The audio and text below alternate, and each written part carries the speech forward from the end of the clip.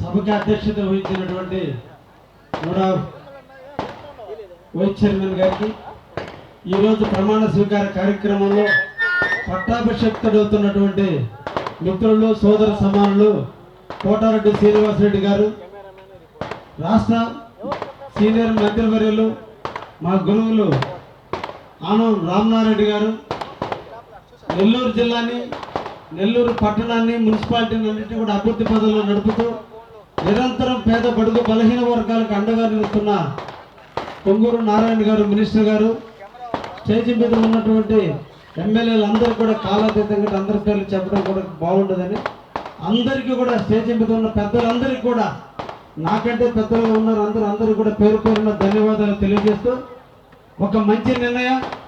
Nellore urban development authority చాలా గొప్ప post.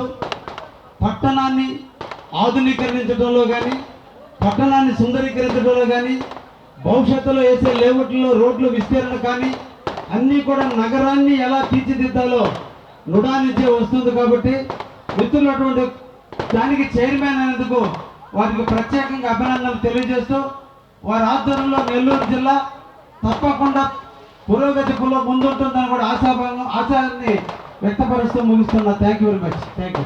సభకు నమస్కారం, సభాధ్యక్షులకి నమస్కారం, వేదిక ముందు ఉన్న తెలుగుదేశం పార్టీ నాయకులకి, కార్యకర్తలకి, పెద్దలకి, మన శ్రీనివాసరెడ్డి అన్న అభిమానులకి నా నమస్కారాలు.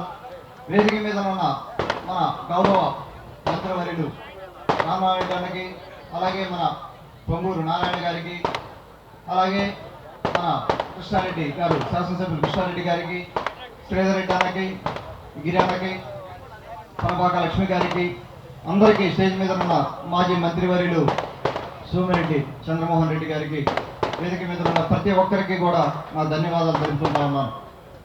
నాకు కొంత పరిచయం ఉంది శ్రీనివాసరెడ్డి గారితో. నాకున్న పరిచయంలో నెల్లూరు జిల్లా తెలుగుదేశం పార్టీలో గత 20 సంవత్సరాలుగా ఆయనకు ఒక విశిష్ట స్థానం ఉంది. Is a true fighter. ప్రతిసారి కూడా ముందుండి నడిపిస్తారు. ఒకసారి కావల్లో ఏదో ఇష్యూ వస్తే మొన్న బాలకృష్ణ గారు కూడా అసెంబ్లీలో ఆ సందర్భంలో మాట్లాడుతుంటే విన్నాను నేను. ఆయన ఒక్కళ్ళే వెళ్ళి నిలబడడం జరిగింది. అలాగే మన సోమిరెడ్డి గారు కానీ వారందరూ కూడా వారితో పాటు ఆయన ప్రయాణం చేయడం జరిగింది. వారికి నా ప్రత్యేక ధన్యవాదాలు తెలుపుకుంటూ నోడా చైర్మన్గా ఆయన ఎంతో ముందుకు నెల్లూరు నగరాన్ని ముందుకు తీసుకెళ్ళి అలాగే ఇంకా పెద్ద పెద్ద పదవులు అలంకరించాలని మనస్ఫూర్తిగా కోరుకుంటూ వారికి నా ప్రత్యేక ధన్యవాదాలు తెలుపుకుంటా ఉన్నాను. సెలవు తీసుకుంటాం.